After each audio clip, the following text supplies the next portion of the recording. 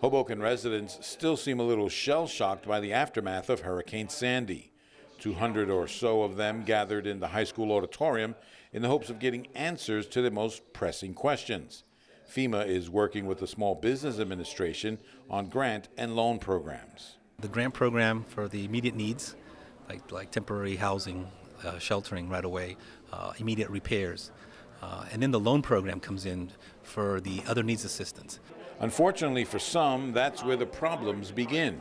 Insurance companies cover some things and not others, and FEMA or the Small Business Administration don't always fill the gap, as is the case with Mark Magliosa, whose restaurant had been closed for 10 days.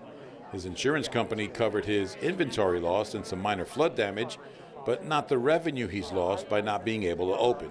I just don't know why I'm paying insurance for business loss, and I wasn't able to open.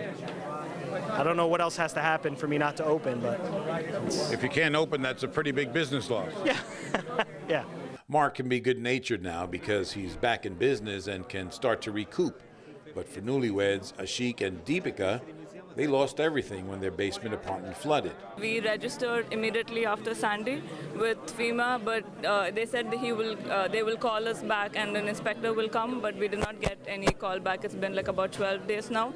I used to love Hoboken, and now when I come back to Hoboken, it's just not the same feeling. Ashik and Deepika do qualify for emergency housing assistance, which Ashik says will get them out of his friend's small apartment.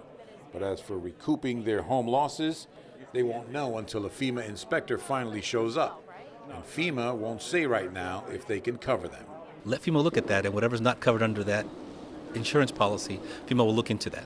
Looking into that is not the same as helping to pay for that, though.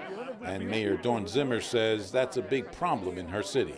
So if you have to step down, they view it down into your apartment. They view that as a basement, and they're giving basement coverage, which is very limited coverage. It's not the same as your home.